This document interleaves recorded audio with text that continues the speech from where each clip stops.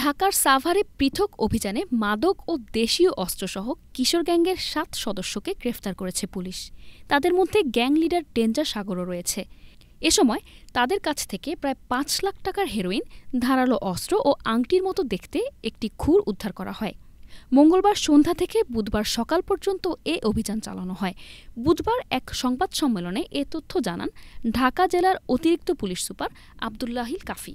গ্রেফতারকৃতরা হলেন সাগর ওরফে ডেঞ্জার সাগর, রাজু, আকাশ ওরফে আকাই, রাকিব হাসান হৃদয়, সাব্বির, নাইম ও আলামিন।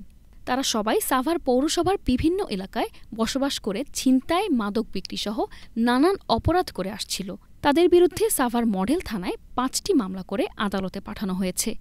গ্রেফতারকৃতদের বিরুদ্ধে বিভিন্ন থানায় একাধিক মামলা রয়েছে। আমরা মূলত ৩টি গ্রুপকে আটক করি।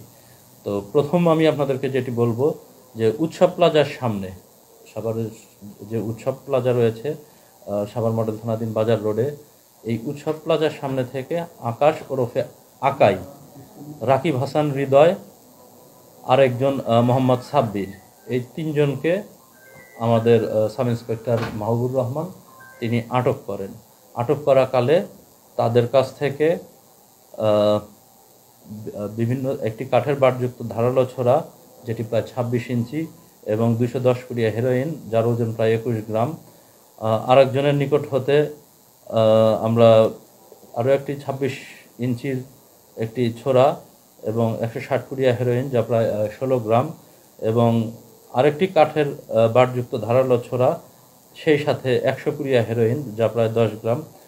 সব মিলিয়ে ৩টি ছোরা এবং প্রায় ৫০ গ্রাম ওজনের হেরোইন, এবং এগুলি আমরা তাদের কাছ থেকে, তাদের হেফাজত থেকে এগুলি উদ্ধার করি।